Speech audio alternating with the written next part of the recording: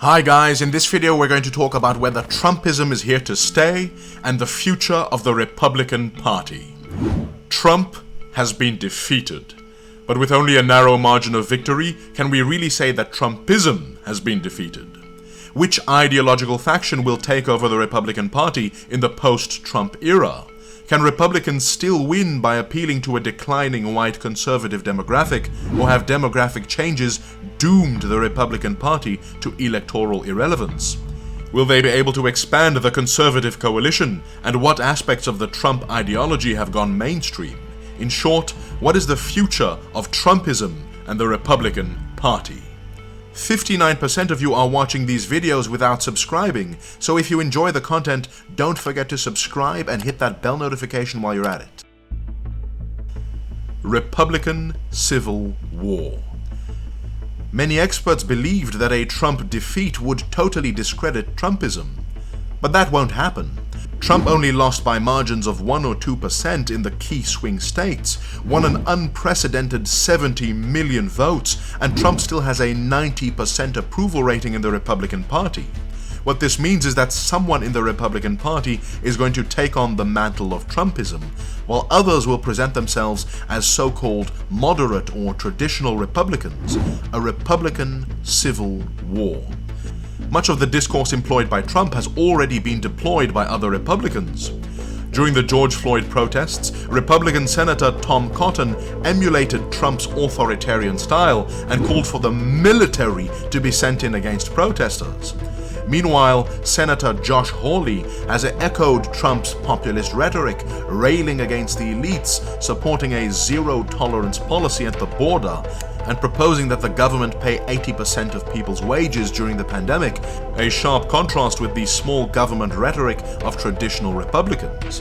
On the other hand, you have so-called moderate or traditional conservatives like Mitt Romney, who wish to bring the Republican Party back to its old roots of small government and fiscal responsibility. But small government and fiscal responsibility is a myth. Republicans only care about the deficit when a Democrat is in power, and empirical analysis shows that the deficit is actually higher under Republicans than under Democrats. Republicans were largely silent when the deficit exploded to over $1 trillion under Trump before the pandemic. But mark my words, in a few weeks or months, they will be criticizing Joe Biden for expanding the deficit. But nevertheless, there will be politicians in the Republican Party who will push to soften their rhetoric in order to win back the moderate suburban voters that Trump lost in 2020. And on top of all this, there's another force that will ensure that Trumpism will continue to live on. Trump. Trump is eligible to run again in 2024, and he is more popular than any other Republican, so he would most likely trounce the competition. On top of that, Trump is unlikely to accept the results of the election and will continue to feed off of the anger and grievance over a supposedly rigged election. Trump was never good in government, but in opposition, he can whip up populist anger without having to take any actual responsibility. On top of that, Republicans are likely to retain control over the Senate, which means that they will block any progressive legislation that comes from Joe Biden, making him a totally ineffective president. It is precisely this gridlock and partisan polarization which destroyed the trust in government that allowed the anti-elitist message of Trumpism to rise in the first place. And so in many ways, not just Trumpism, but also Trump could continue to dominate the party for years to come. But all this talk of ideological differences masks the fact that except for differences in style, Trumpism really isn't all that different from the Republican platform over the last 40 years. The myth of Trumpism.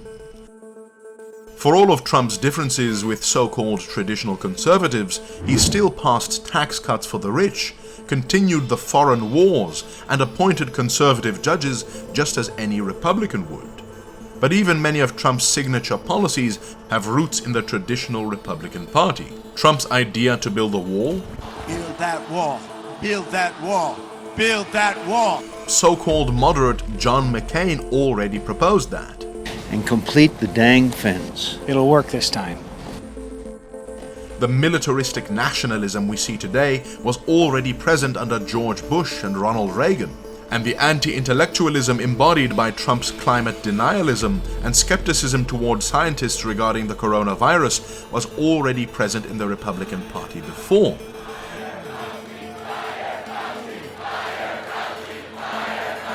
Past Republicans made proposals to teach creationism in schools, despite there being no scientific evidence. And George Bush withdrew from the Kyoto Protocol for climate change. And while he acknowledged that climate change was real, he denied that it was man-made. Where Trumpism does differ significantly from traditional conservatism is in its anti-globalist protectionist policies.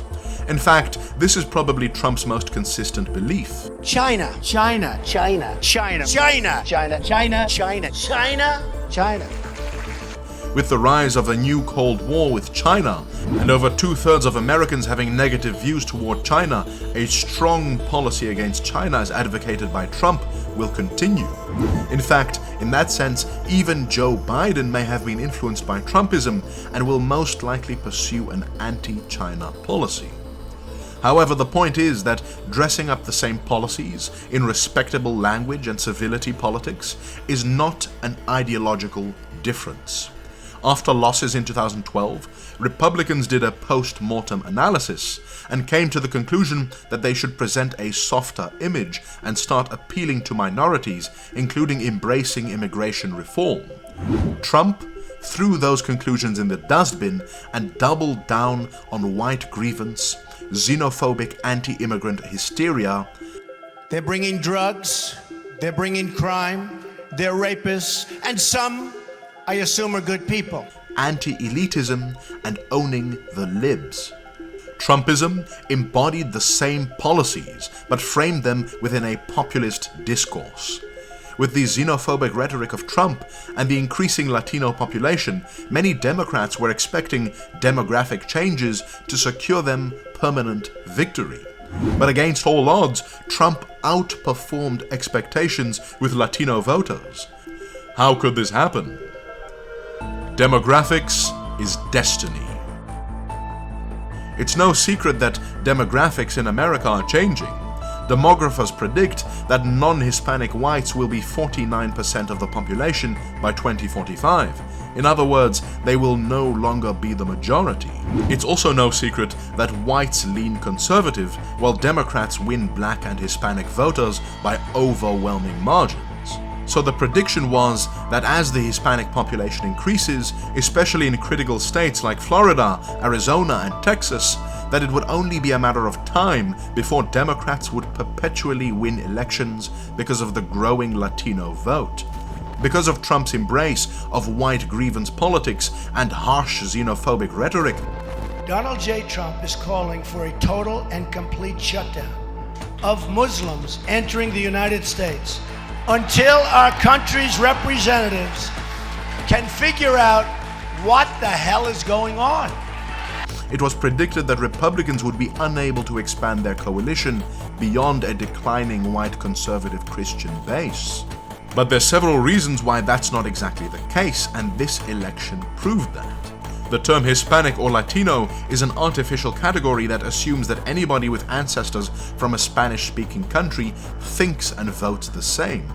But it's well known that groups like Cuban Americans and Venezuelan Americans hate anything they perceive as socialism and would never vote for a Democrat.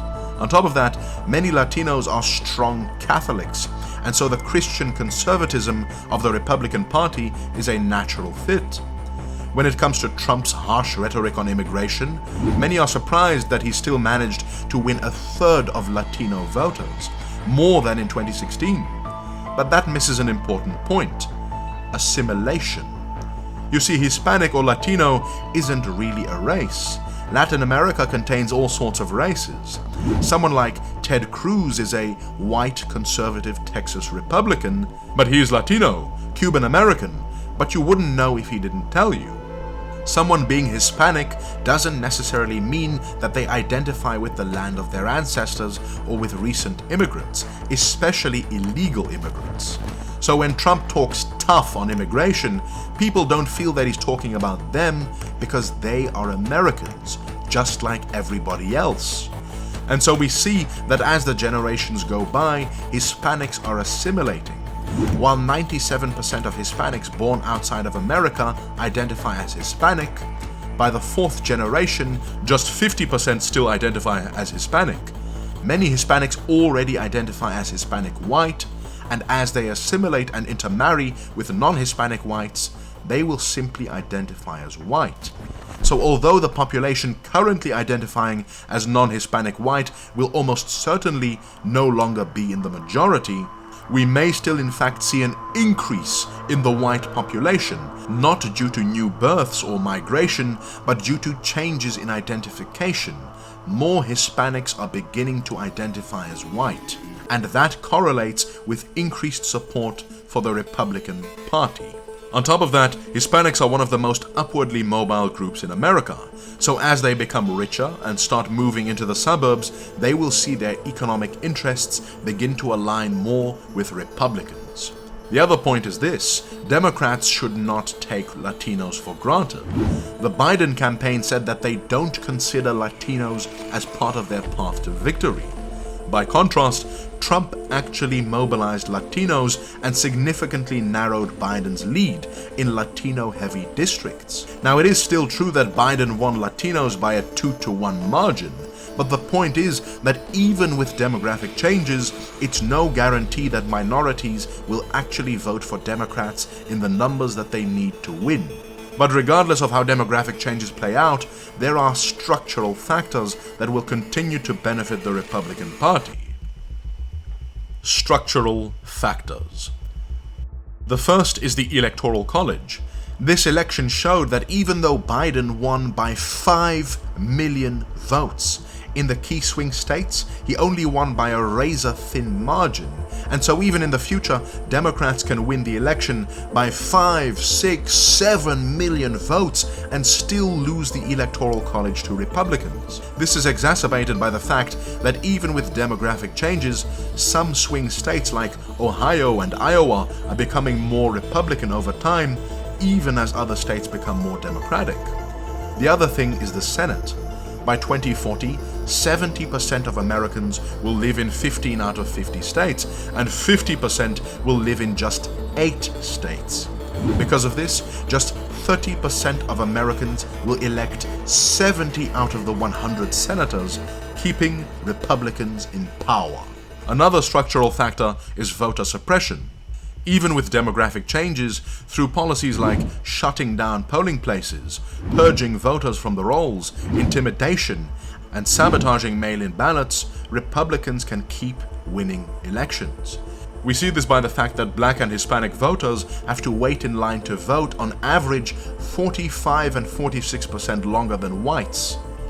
With voter suppression targeted against minorities in this way, Republicans will be able to hold on to power for decades to come. Both Trump and Trumpism retain their grip over the Republican Party. Even with demographic changes, the combination of assimilation, upward mobility, and complacent Democrats will ensure that Republicans continue to get a substantial minority of the Latino vote. And structural factors baked into the system will continue to benefit Republicans. In short, Trumpism is here, and it's here to stay. If you enjoyed this video, don't forget to subscribe to the channel. Thank you to my Patreons for making this video possible. Like, share, and subscribe, 'cause this was my take.